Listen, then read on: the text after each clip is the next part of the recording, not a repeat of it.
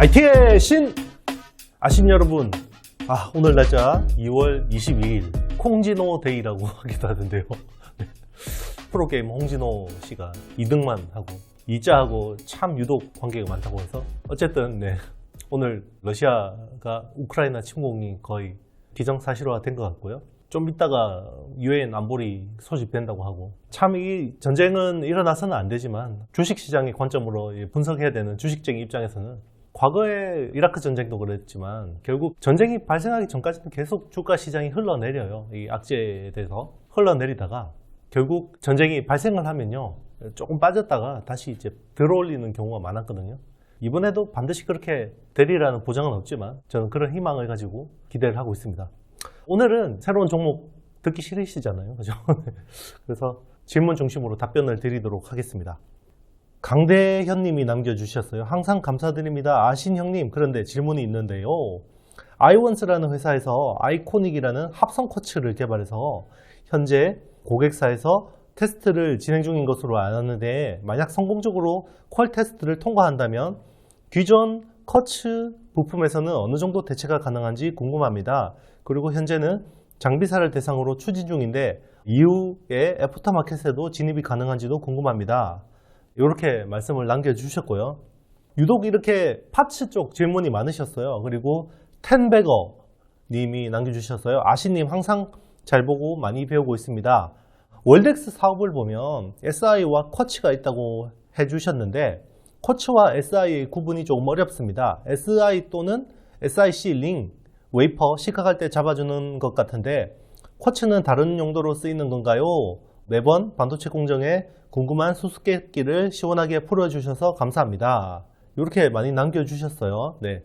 일단은 제가 파츠에 대해서 한번 쭉 설명을 드리면 좋을 것 같고, 그리고 과거 영상이 있는데 이 과거 영상을 안 보신 분들도 계신 것 같아요. 그래서 그거는 좀 제가 링크를 걸어 놓도록 하겠습니다. 일단 반도체 파츠, 그죠? 반도체 파츠를 보면 연간 시장 규모는 한 21년 기준으로 한 6조 정도 추정이 되는 것 같습니다. 6조 정도가 되고요. 이 중에서 한 60에서 70%가 쿼츠입니다. 쿼츠가 이 정도 될 것 같고요. 실리콘이 한 15에서 한 20% 정도 될 것 같습니다. 실리콘. 그리고 한 12% 정도. 정확한 수치는 아닙니다, 여러분. 정확한 수치는. 요게 한 알루미나. 요 정도 될 것 같고요. 알루미나는 AL2O3. 네. 알루미나가 요 정도 될 것 같고요. 그리고 한 7에서 한 8% 정도가 실리콘 카바이드.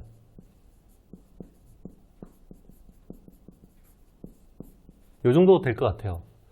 일단 반도체 파츠 시장은 요 정도 규모가 될 것 같고, 금액으로는 4조에서 한 4.2조, 실리콘이 1조에서 한 1조 2천억 요 정도 될 것 같고, 알루미나가 한 5천억에서 한 6천억 정도 될 것 같고요. 그리고 SIC가 한 3천억 이상 요 정도 될 것 같습니다. 일단은 반도체 파츠는요, 대부분이 제일 많이 쓰는 공정으로 보면요, 공정별로 분류를 보면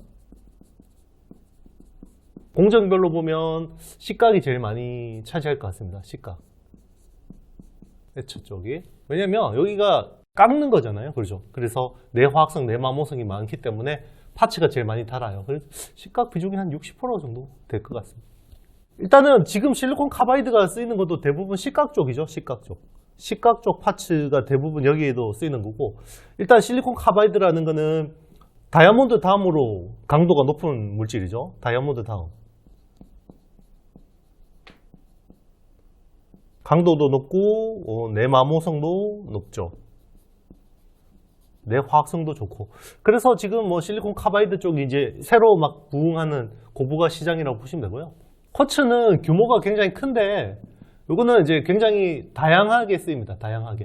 다양하게 쓰이고요. 대부분 공정에 많이 쓰이고, 웨이퍼 같은 것들을 옮기거나 비커 같이 이렇게 할 때도 그러니까 쿼츠 웨어라 그러거든요. 얘는 챔버 안에도 많이 쓰이고 챔버 밖에서도 많이 쓰이는 그런 파츠라고 생각하시면 되고요.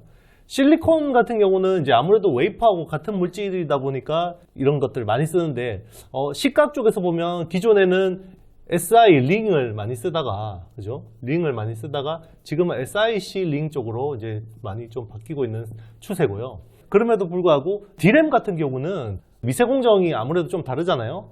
낸드 플래시 같은 경우는 V낸드 쪽으로 가기 때문에 한 30나노급 뭐 이 정도라고 치면요. D램은 지금 뭐 14나노급까지 왔잖아요.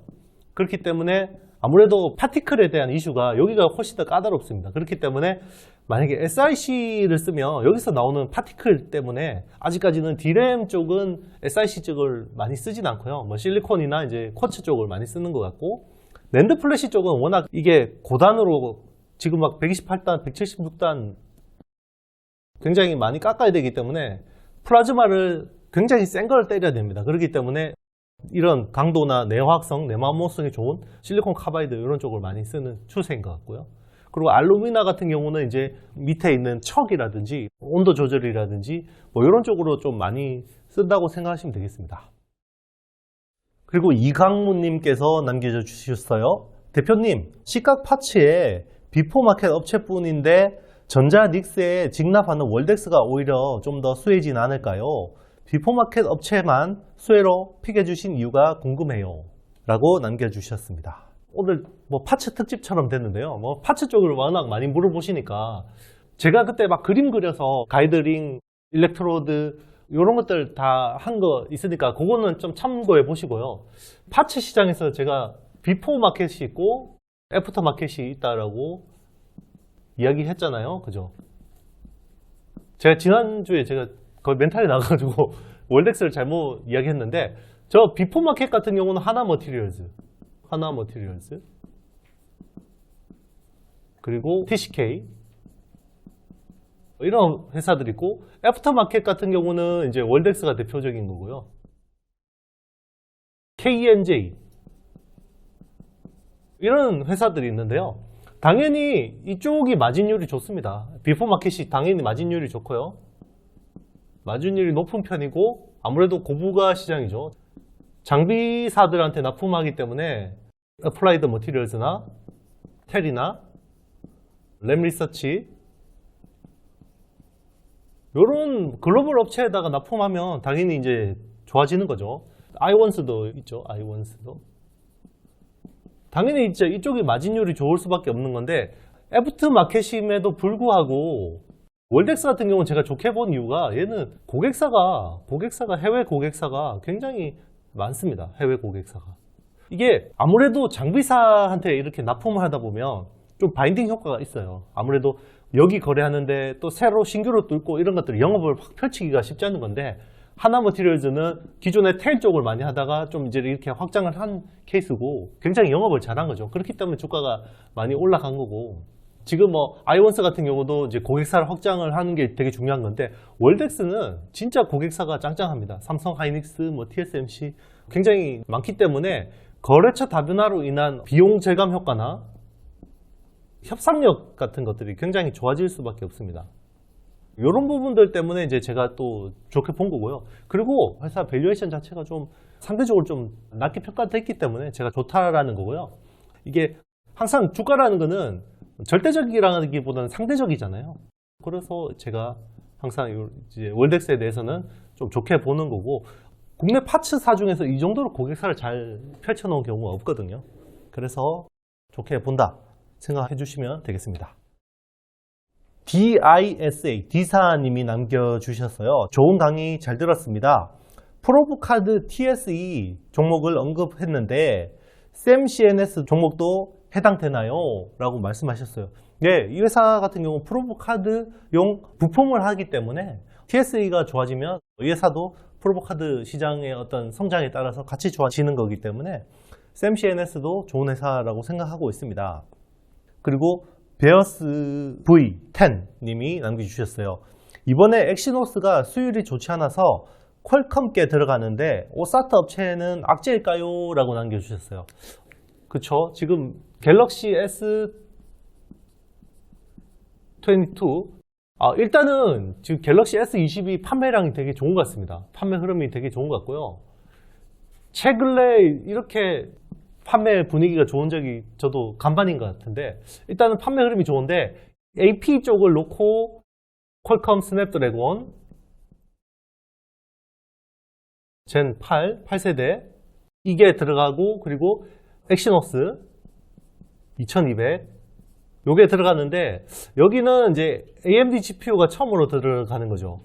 AMD GPU 블록이 처음으로 요게 이제 들어가는 건데, 일단은 좀 기대했던 것보다는 조금 못한 것 같아요. 그럼에도 불구하고 하자가 있는 정도까지는 아니기 때문에 벤치마크 테스트는 이게 좋게 나온다, 지금 이런 평가가 많습니다. 그렇지만 결국 요게 삼성 파운드리 쪽에서 둘 다 생산되잖아요. 그죠? 둘 다 생산되고, 작년부터 5나노의 공정으로 스타트를 했고, 이제 올해 4나노로 전환하는 게 목표입니다. 그렇기 때문에 결국 삼성 파운드리에서 생산이 되기 때문에 후공정, 오사트 단에서도 이제 수혜가 예상이 되는데요. 패키지 쪽은 아무래도 뭐 이제 암코 같은 회사들이 하겠죠. 네, 암코 같은 데서 이제 할 거고, 일단은 당장 요렇게 두 회사 모두 이제 수혜를 볼 수밖에 없는 쪽을 보면 리노공업이죠. 리노공업은 이제 소켓을 하기 때문에 둘 다 수혜를 보는 거고요. 그리고 TSE 여기도 퀄컴 물량을 받은 걸로 알고 있습니다. 퀄컴 물량을 받은 걸로 알고 있기 때문에 다 수혜를 보는 거고요. 그리고 이제 테스트 쪽도 테스나 이런 쪽도 저는 나쁠 건 없다고 보고 있습니다. 일단은 CIS가 주력이기 때문에 AP 쪽은 이제 뭐 물량이 조금 삼성께 줄어들더라도 이게 이제 워낙 비중이 크기 때문에 저는 이 정도 회사들은 크게 문제없이 잘 갈 수 있지 않을까, 그렇게 생각을 하고 있습니다. 그리고 슈퍼샤인님이 남겨주셨어요. PSK의 시총이 FN 가이드에는 2월 18일 날짜로 7,257억인데 이 시총이라도 매력적인지요? 제가 지난주 방송할 때 2월 14일 기준으로 6,200억 정도였거든요.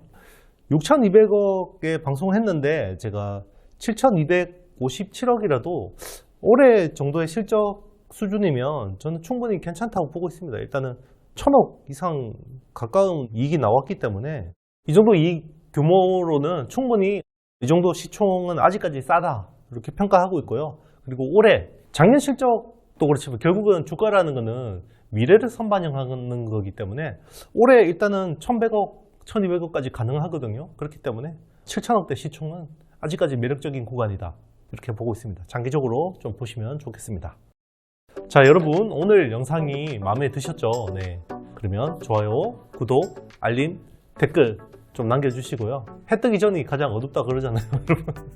제가 이 말을 몇 번 쓰는 것 같은데 참, 그렇죠. 이게 주식시장이라는 게 그냥 평탄하게 굴러가는 때가 별로 없는 것 같습니다. 항상 이렇게 우리가 마음속에 소가리를 하면서 끙끙끙 거리면서 돈 버는 겁니다. 그렇죠. 누가 주식 이렇게 쉽게 번다고 그랬습니까? 절대 그렇지 않습니다. 그렇죠. 여러분 해보시니까 알겠죠? 네. 저는 다음 금요일 영상에서 다시 찾아뵙도록 하겠습니다. 안녕.